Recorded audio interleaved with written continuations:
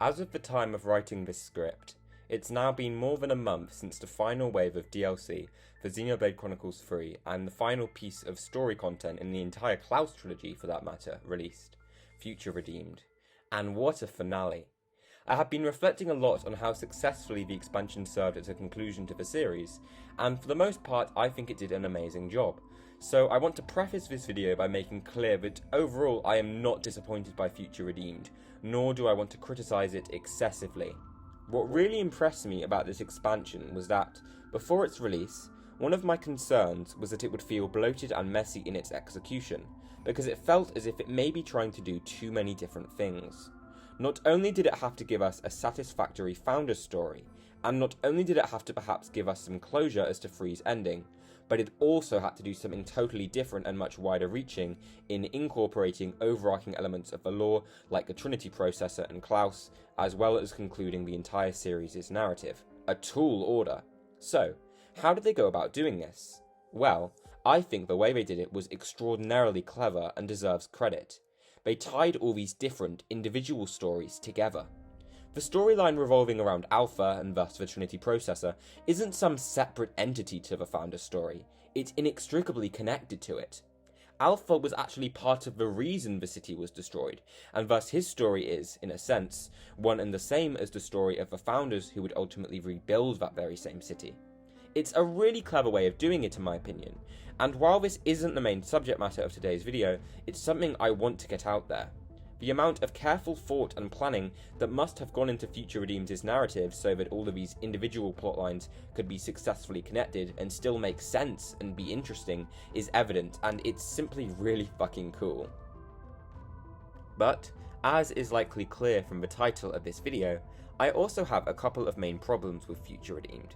Specifically, I am slightly disappointed by the lack of answers they gave us to certain questions we've been asking, not just since the release of 3, but future connected in some cases.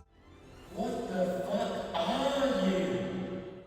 Well, they did answer some, which I'm grateful for, such as Riku's identity, why Shulk and Rex were absent in the base game, where Alvis or Ontos went to after the end of 1 and 2, what exactly Annihilation events are, who N's son was, and who the Founders were, as well as getting some more context on things like how exactly Origin functions. At the heart of its workings is the Trinity processor core called Ontos. What exactly happened when the city was destroyed, and so on. However, and call me spoiled, I want more. I can't help myself from imagining some of the other questions they could have answered, and headcanoning the ways I think they should have done so for myself. This is what today's video is about, discussing what these unanswered questions are, and how I think MonolithSoft should have gone about answering them in Future Redeemed, to make it an even greater closing act for the Klaus saga, not that it isn't already an amazing one.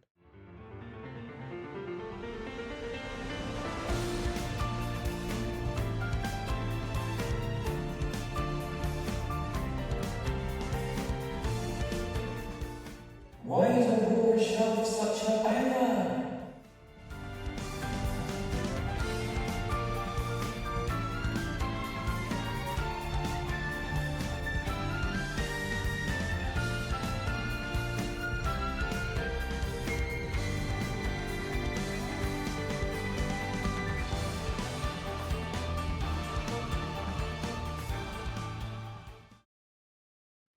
The first unanswered question I want to discuss is why exactly Noah and Mio were reborn as separate entities from N and M.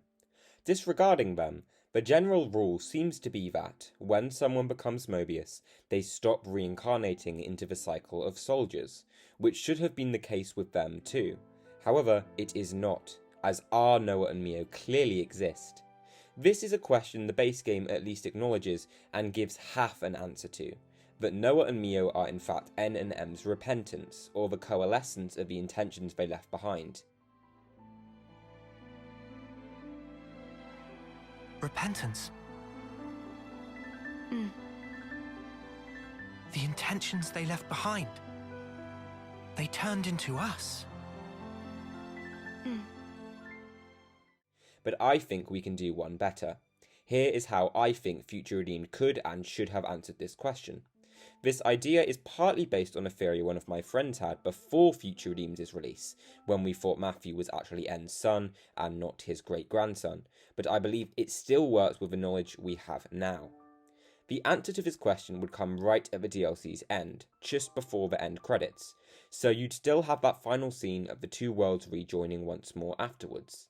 Matthew's scene of leaving the work-in-progress city would play out like normal, but it wouldn't end quite there. Instead, we would have a time skip of about 20 years, where in the next scene, we see an aged-up, hardened-looking Matthew standing, somehow, in Origin, in front of all the core crystal-like structures many have theorized are what record the lives logged in Origin. He speaks these lines. That man, N, there was regret in his eyes, and the person he used to be. There was so much potential. He deserves, no, they both do, they deserve a second chance. So, I'll give it to them. I'm sorry we won't meet again, Niall. Matthew leaps into one of the cores and a flash of light emerges. The idea here is that Matthew has essentially sacrificed his genetic data into Origin, so that Noah and Mio can be reborn just one more time into the cycle as separate entities from N and M. Remember, he is their descendant, so contained within him is the genetic data of both of them. I also think this tracks really well with the line spoken by Noah and Mio as to the reason for their rebirth in the base game. The intentions they refer to that they left behind are referring to their son, Gondor, and thus Matthew down the line, and the legacy they left him with, all they intended to do, and all the change they planned on enacting, he became symbolic of, their hope, even if that's what N would ultimately discard. Gondor is, after all, literally and physically what N left behind in that forest on that tragic night all those years ago. Also, supporting this theory, if you want to call it a theory, the game actually shows a short snippet of the cutscene where N leaves Gondor and the forest shortly before Noah states that they are N and M's repentance, focusing on the child specifically. No one can truly judge him for the things he did.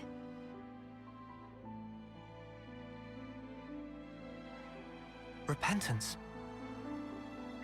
The intentions they left behind. They turned into us. This also works in that it answers another smaller question raised by Matthew's founder statue in the city. Where did he wander off to, or why did he disappear? The inscription states that after defeating Mobius N and re-establishing the city, he left on his own on a mysterious expedition. This period of 20 or so years would be when he was gathering city survivors, as he states he will do in Future Redeems' final scene before the credits roll. The reason he never returns and, as the inscription states, his fate afterwards remains a mystery, is that he, in a sense, died. He sacrificed himself so that Noah and Mio could be reborn, and that is why Noah and Mio were reborn as separate entities from N and M. The answer to this would have come in the same scene where Rex and Shulk are explaining the history of their two worlds, titled Creation of the Worlds, fitting. This is probably the question I am most disappointed didn't get answered, at least not clearly. Those are fog beasts, signs of the strained world the Black Fog birthed, and now servants of Alpha. But originally, something that had no place existing. I don't want to stay here longer than I want. I really wish Future Connected could have been made more relevant, as, unless this theory is correct, the events that unfolded in it still seem completely unexplained.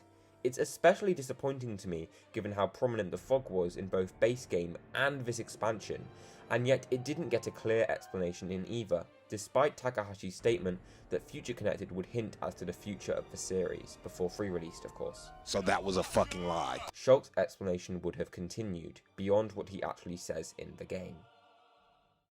But they were composed of opposing types of matter.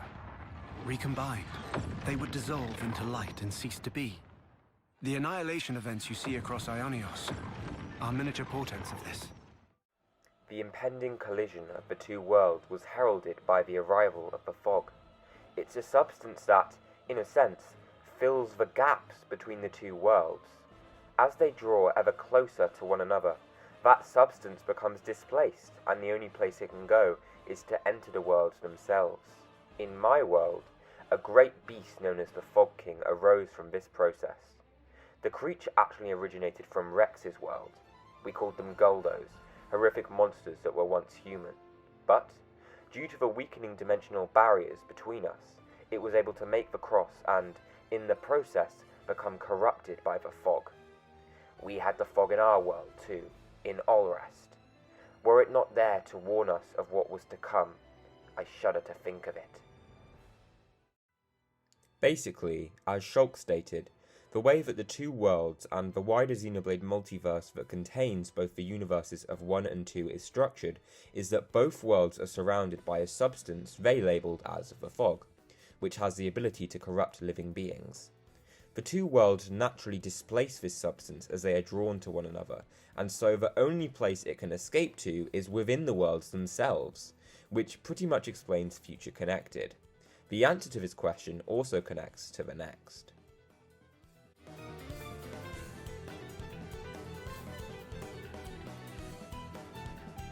Shulk continues. But this event also afforded us with an opportunity, a means by which to communicate, despite inhabiting entirely separate worlds. The worlds' inevitable reunion not only had the effect of producing the fog, but the weakening dimensional barriers also caused rifts in space and time to appear. Me and a girl named Melia in my world were able to close shut one of these gateways, but they kept coming afterwards. However, we soon discovered that, as the gateways connected both worlds, we could use the power, the light produced from both, as a means by which to communicate. So, this is how we were able to put our heads together and build something that would let us escape destruction. We called it Origin. Essentially, the answer to this question is that they used a rift, not specifically the one we see in Future Connected, as that one was closed, but following the end of the expansion or extra story, which we don't directly see, more begin to appear. The energy of the rifts is also the matter that Nia and Melia used to create their interdimensional Skype system in a sense. Your two lives, thriving and persisting far beyond homecoming, surpassing the system of the world. I was fascinated, even beguiled by you. This is, along with the ambiguity as to the identity of the Fog King and the origin of the fog, the question that irritates me the most, because a huge extent of 3's narrative and the existence of N and M themselves is entirely dependent upon the unexplained quirk that the two were able to continually survive beyond their respective homecomings and be nonetheless reborn anyway. How is this possible? As N himself tells us in Chapter 5 in the base game, there is an exception to the cycle of rebirth. Oh yes. I almost forgot to tell you something. You are now aware of the cycle of rebirth, yes? There is an exception. Those whose flame is snuffed out during a homecoming will not return. Those whose life is snuffed out during a homecoming, as he puts it, will not return. And yet this is not the case for N and M. They were reborn at least several times before becoming Mobius, after hitting their 10th term each, as we see in that heartbreaking sequence in Chapter 6. Hell, even Zed has no idea why this is happening, and this is one of the main reasons he was so fascinated with N in the first place, and repeatedly sought him out to try to convert him to the side of Mobius. So, how do we answer this question? The one I'm going to give is perhaps not entirely satisfactory, but it's genuinely the best I can come up with. The fact is, Noah and Mio's continued rebirth is pretty much completely inexplicable, and it's incredibly difficult to try to work around. We also have the question of how Noah and Mio were, despite being on opposing sides of a war which is likely composed of hundreds of thousands of different soldiers, able to find each other and fall in love in each subsequent life. I speculate that this, anticlimactic as it may be, is simply a fluke. Origin is a machine created by humanity, which, as is often one of the key messages Xenoblade is keen to tell us, is imperfect and flawed. Humans make mistakes. Origin as a machine or system is not perfect because it was created by humans, and this is also seen in Chapter 6 when Dee discusses how certain soldiers can have dreams of their former lives, like Uni. Ever had dreams? Dreams of dying, of being slaughtered. Ah well, most people forget soon as they wake. No harm done. But tell you what, They're all completely true. dreams, you see, they're little traces of intense memories from your past lives that didn't get purged before rebirth. Little harmless bugs in the system, let's call them. Perhaps it is also possible for lives, like dreams, to have something go wrong with them, and so they, too, are not successfully purged before rebirth, and this is what happened to N and M. They are in the same way just data on a fundamental level within Origin, and of course computers and data can go wrong. The idea that a certain glitch occurred may also be supported by the game's opening scene, in which, although time has frozen around Noah, he is able to move around independently of this, suggesting the glitch occurred all the way back during Origin's very activation, thousands of, well, in reality, seconds-long years ago. Something similar probably happened for Mio, or perhaps their life's data within Origin somehow connected with one another as a result of this error, almost like an Ouroboros pair, but within Origin, with this also being how they seem to be naturally drawn to one another, how they meet each other and fall in love in each subsequent life. This answer will be delivered to the player on Prison Island, following the flashback which shows the true reality of what happened during the city's destruction, and it will be told to us by A. In their seeming omniscience, I believe that if anyone had the answers, it would be A. What was that, just now? A memory from Origin. The clash between Matthew and N afforded us a glimpse of it. This is how N truly felt. A result of the century-spanning cycle of rebirth breaking the man's psyche again and again, beyond his homecoming. The pain he's been through. You can't begin to imagine it. Hang on a minute. How is that possible? Doesn't homecoming take you out of the cycle? Yes, that's how it was designed. Call this a glitch in the system. I speculate that N and M aren't isolated cases in this way either. Origin's malfunctions are likely the cause of other soldiers surviving beyond their homecoming too, in scant few cases. Wow, that's some history. I can't imagine. I admit this answer isn't a great one, but I seriously don't have any other ideas. If you guys have any yourselves, I would be very curious to hear them in the comment section down below. Another perhaps less prominent question that wasn't touched upon in Future Redeemed was the identities of Mobius X and Y.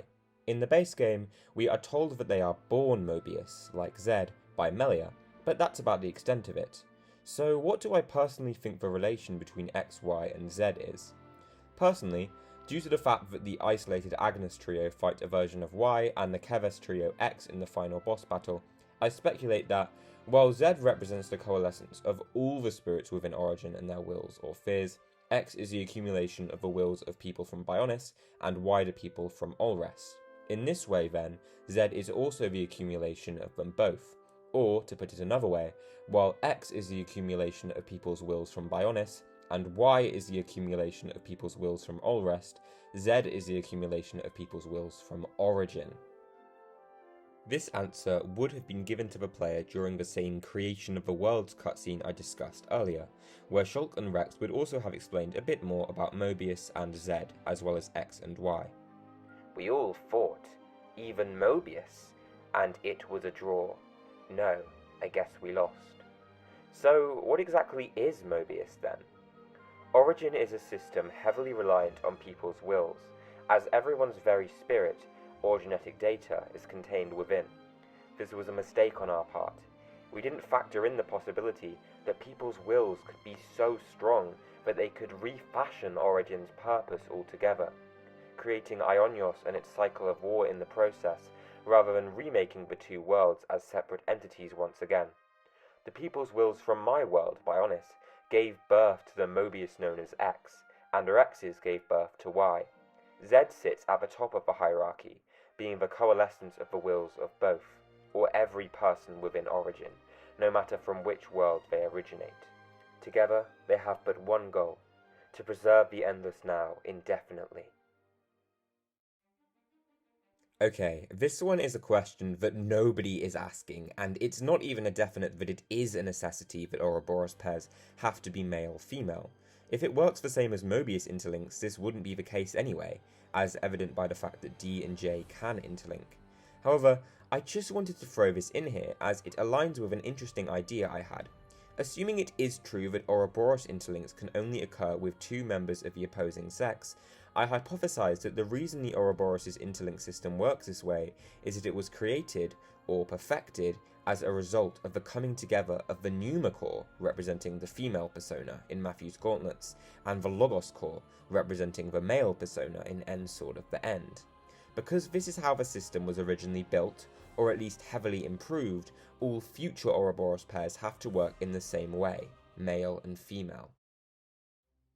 Something I hope that I have made clear throughout this video is that, despite the fact these answers may not have been given, which does admittedly disappoint me to a certain extent, I am still overall satisfied with Future Redeems' narrative, and although it could have been better, that doesn't mean it wasn't fantastic. It's incredibly easy to nitpick something and come up with ways it could be even better, even if it's already incredible, which, let's face it, is really what I'm doing here, I'm just nitpicking. Also, most of my critiques are with what Future Redeem didn't do, not what it did. The content that is there is incredible, and it has a huge amount of depth for us long-time fans. Anyway, thank you all very much for watching, I hope you have enjoyed, and I will see you all in the next one. Bye guys!